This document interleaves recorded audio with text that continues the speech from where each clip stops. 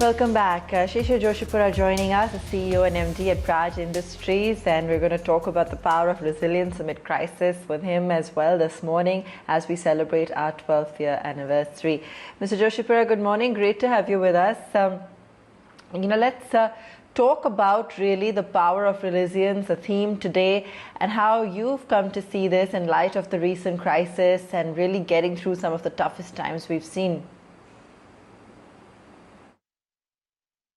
Thank you, and compliments on your anniversary. 12 years is a very strong period. It actually shows that you guys are also very resilient. So my compliments and best wishes for the next 12. If you look at power of resilience, I think there is no better example than my current company. And if you really look at what takes you through different cycles, and cycles are a very normal part of life. If you really look from the perspective of what keeps you going, what keeps you on the other side of the wave, if I can, and you sort of appear stronger, you appear without any bruises, and you get on to the next journey. So look at Praj. It has taken a 35 plus years of commitment, passion, vision, commitment, a teamwork, a never say die attitude. Even when the external circumstances are not conducive, you believe in what you're doing. I think that's the first key lesson for us that I can draw from my company, is that whatever happens, if you believe in your cause and you believe in yourself, that is the first step to becoming resilient. And I think if you can develop that quality as an organization, that you believe in the vision of your organization, you stay committed to the course, and you don't give up. You just don't give up. You continue on your path. And then one fine day, you will find that you're on the other side of the curve where there's a pot of gold waiting for you. And that's what makes you resilient and come through a winner. Same thing is true for India and corporate as well. I think the whole world, the whole humanity has seen what's happened in the last 15 months, something absolutely unprecedented in form of pandemic. And we have all seen stories after stories of human stories of resilience, when people on the medical profession, people on the front line, those who volunteered for a call. There are so many people in my organization, and stories are full of them in newspapers. We have heard so many stories of a mother traveling thousands of kilometers on a bicycle to get to her child, a laborer putting everything aside and traversing the country on foot. People on the front line, the medical profession, putting their lives at stake, doctors working non-stop. All of these are clear stories of letting the cause for which you are committed to dictate everything that you do, and do it with the highest form of passion and energy.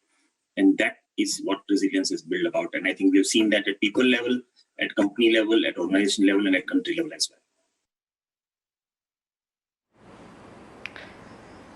Now, the government has brought forward its target of, ethanol blending at 20%. What does this mean for the sector?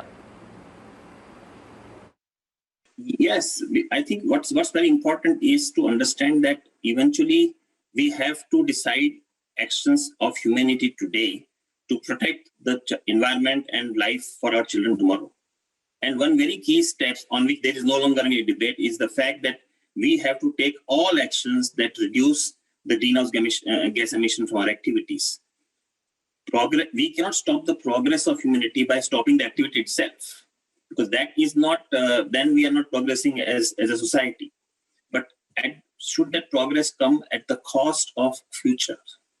And I think that is where the bigger answer lies. And the government of India has moved very decisively in that direction, because biofuels are a very clear answer, a very definitive answer in helping, amongst many other technologies as well, to address this issue of greenhouse gas emission. So that's number one. Number two, this is very simple mathematics. Why import energy when technology can enable you to do it from a resource which is within your own country, which in many ways becomes a waste? You can look at molasses, you can look at straws, excessive and not fit for human consumption food grain. I mean, the list is long, but the fact is that there are so many resources. God has given us that the nature has gifted our country this as a resource and not crude oil? Should we not use these resources, which can then enable employment generation in the country, keep the wealth in the country, help with the foreign exchange?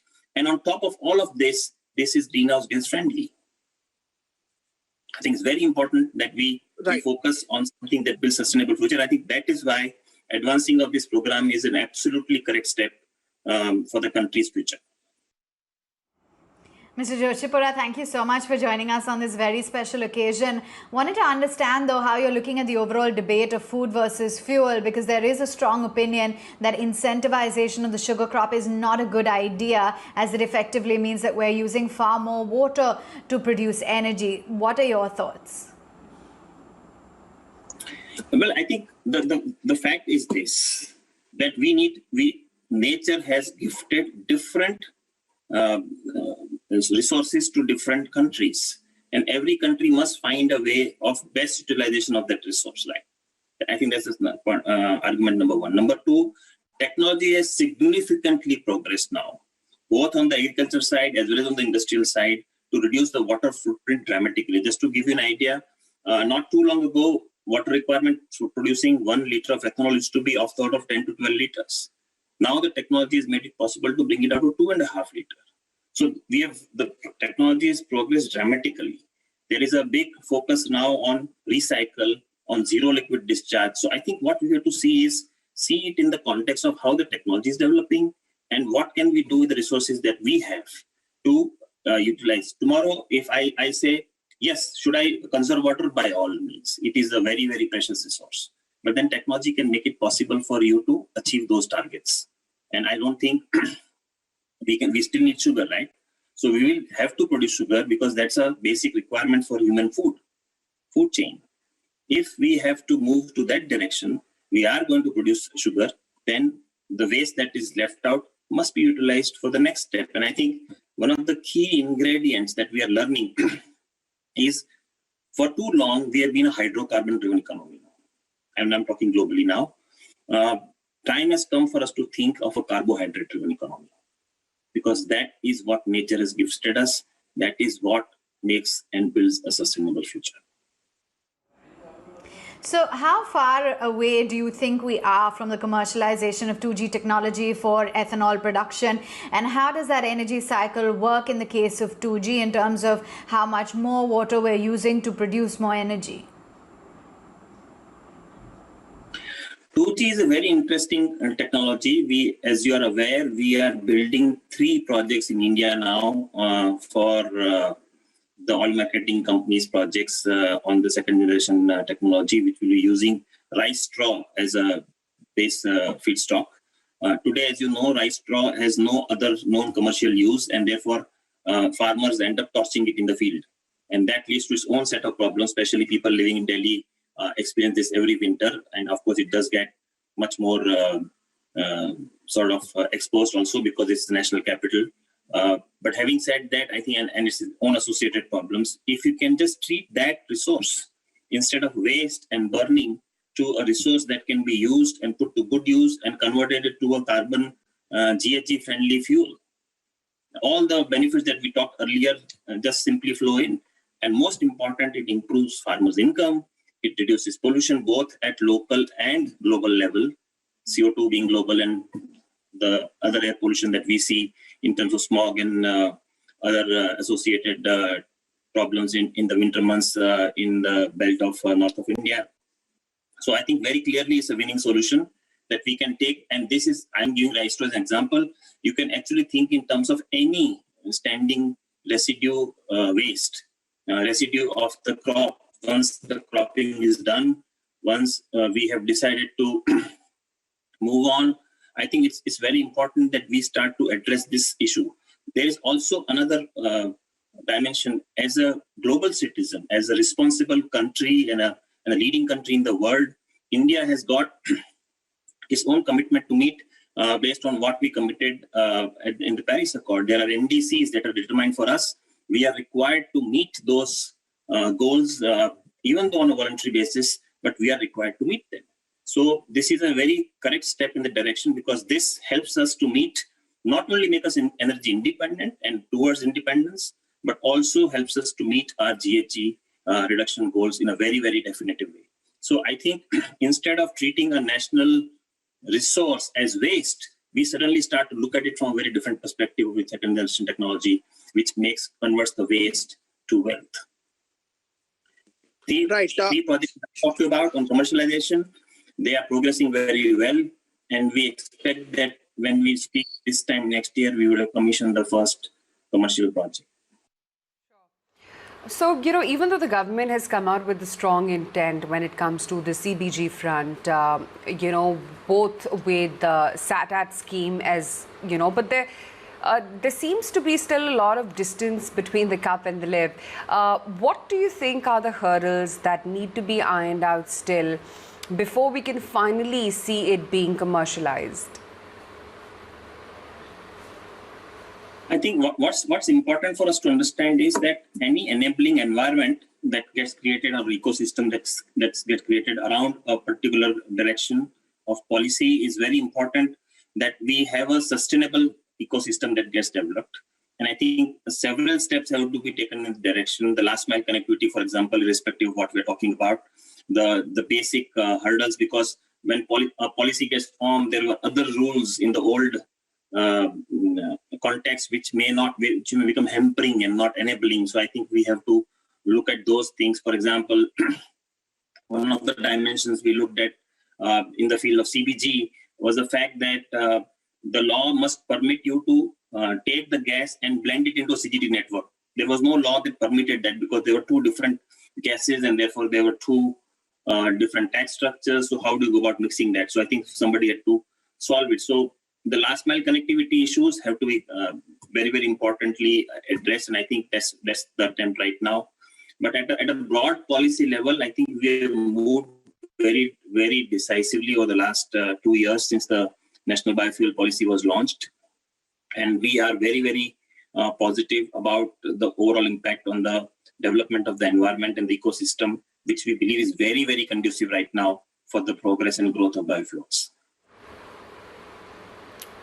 Sure. Mr. Joshipura, you're currently working on many other technologies besides ethanol as well. There's CBG, there are bioplastics, lignin-based bitumen as well. If one were to force you to name 2 technologies which you think are the next best or next in line for commercialization, which would those be? And what would be the timelines for the same for you in terms of commercialization, that is? Earlier, the most important dimension is that as an economy, several economies in the world for that matter are beginning to look at transiting from being a hydrocarbon economy to becoming a carbohydrate-based economy. And I think this is a very big transition which will in its own wake will bring several steps. So biofuels are one step in that direction. As you mentioned, ethanol, we have already seen what's possible with ethanol. CBG is beginning to get onto the commercial path in India. Very, very ambitious program. Nowhere else in the world such a program exists, with small exception of United States, but they're also pretty restricted on the farm waste and some of the municipal waste, etc. But what's very important for us to understand is that we are definitely shifting in a direction where over a period of time we will see transition from ethanol, which will become a very basic building block. We have seen the whole movement right now, if you look at it, is captured around surface transport, right? A lot of movement on the surface, on the roads. But there are 2 other very major modes of logistics. One is the marine and the second is the aviation. So these are 2 areas that will see big strides as we move forward in terms of what happens to the aviation fuels and what happens to the marine fuels. Lignin will have a large role to play when we go to the marine fuels. Aviation fuel, ethanol will have a large role to play to convert it into, and there's the 2 big changes that we'll see, that the whole chain will shift away from hydrocarbon to carbohydrates. And as we move forward, then from beyond that, of course, there's a lot of talk about and lots of action also happening in the hydrogen space, the blue hydrogen and the gray hydrogen and the green hydrogen.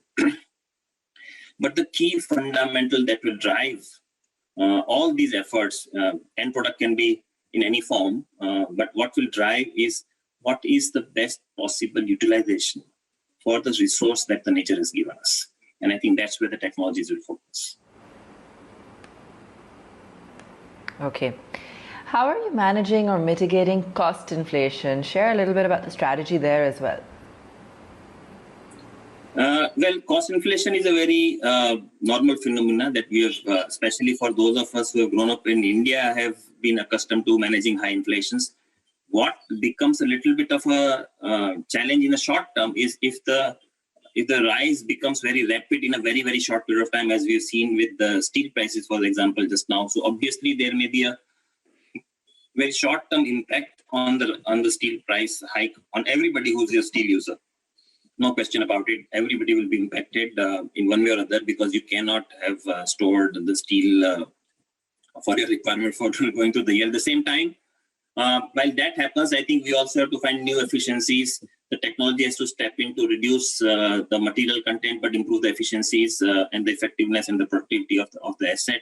So we'll have to find a good balance. But overall, and then of course, as the project cycle moves, we settle down to a new level of cost that we get accustomed to. But what's more important is to continuously use technology to find newer ways to what I would call as offset the impact of inflationary costs. Because if you can improve performance, as I was mentioning the other time, if you can reduce water footprint from 10, 12 liters to 2.5 liters, you've done and then that has a spiraling effect, because then you pump that much less water, you consume that much less energy, you cool that much less water, there are less chemicals, it becomes a cascading effect. So technology will have to play a very central role in helping us to manage inflation over a medium to long term. In the short term, we'll have to find efficiencies in our own system to manage. Finally, what's the order funnel looking like? Are inquiries now converting into higher order inflow for 1G in light of the advancement of the blending targets? Yes, what's happening is that we are clearly seeing a very large increase in number of inquiries. So that's number one. Number two, which to me is even more fundamental, number of inquiries is one indicator, is the whole industry structure on 1G is undergoing change. Till not very long ago, we knew that our customers were almost always the sugar mills, because they had the feedstock of molasses with them. But with the opening of the feedstocks across the chain, not only on the sugar side, but also on the starchy feedstock side, we are now inviting a lot more players to come and set up. Both geographically, it is much more spread compared to 3 states in India earlier, but also the people who are setting up the project are also very different. So you won't believe if I tell you that I'm talking to a steel company, I'm talking to a ESG fund, I'm talking to a solar plant developer, I'm talking to an independent power producer, I'm talking to a very, very large business house which has no connection to what I would call as the commodity that of 1G ethanol. We are talking to FMCG companies because they are looking at greening their fleet. Very different set of players are now coming. So industry structure has undergone a fundamental change in terms of who can put up the plant, what are the economics of the plant, and what the dynamics of the whole game is. Of course, even the financial system has come around to create a whole new kind of support system with banks taking a very different interest. Government's push is very, very visible. So I think we are seeing several elements of the environment aligning themselves in the right direction.